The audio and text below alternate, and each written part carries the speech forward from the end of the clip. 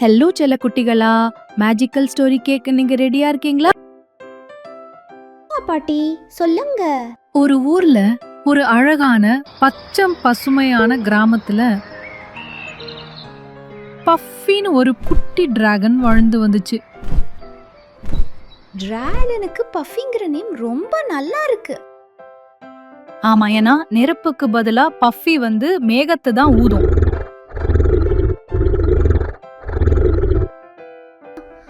அது ரொம்ப கியூட்டா இருக்குமே.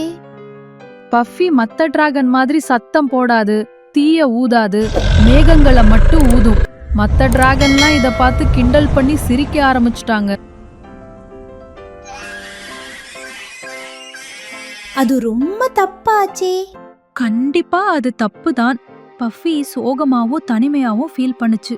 பஃபி மத்த டிராகன் மாதிரி பெருசாவும் ஸ்ட்ராங்காவும் ஆகணும்னு ஆசைப்பட்டுச்சு. ஒரு நாள் பஃபி தன்னுடைய ஸ்பெஷல் பவர் என்னன்னு தெரிஞ்சுக்க காட்டுக்குள்ள தேடி பயணம் போச்சு. ஆத்து மேலையும் அடர்ந்த காடு பகுதியில தேடிட்டு போச்சு.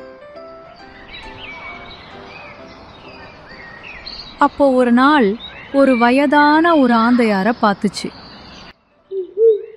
ஏன் ரொம்ப சோகமா இருக்கு குட்டுப்பியா? ஏதாச்சும் பிரச்சனையா?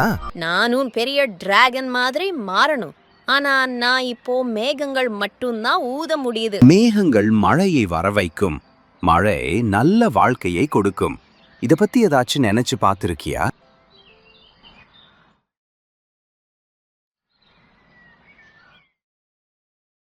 அவ அந்த மாதிரி யோசிச்சு பார்த்ததே இல்ல. பஃபி பவர் நம்ம எல்லோருக்கும் முக்கியமான பவர் ஆச்சே.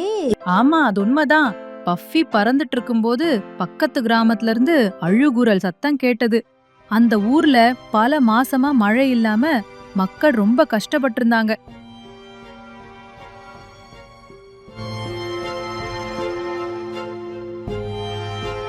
பஃபி அவங்களுக்கு உதவி செஞ்சுச்சா? ஆமா, பஃபி நல்ல உயரமா பறந்து போச்சு.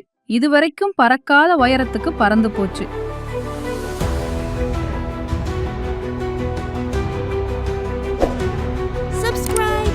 மேகங்களை ஊதி மலையை வர வச்சது.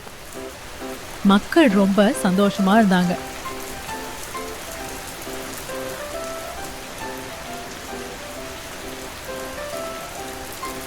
ஆமா தங்க குட்டிகளா, அப்ப இருந்த பஃபி சாதாரண டிராகன் இல்ல.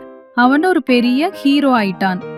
எங்கெங்க மழை வேணுமோ அங்கெல்லாம் போய் பஃபி எல்லாத்துக்கும் மழைய கொடுத்தான்.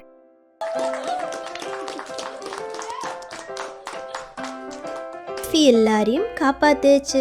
I love puffy. அதுதான் சிறந்த டிராகன். பாட்டி, நாளைக்கு வேற கதை சொல்றீங்களா? கண்டிப்பா குழந்தைகளா, இப்ப போய் தூங்குங்க. நைட் ஒரு வேளை உங்க கனவுல பஃபி வந்தாலும் வரலாம்.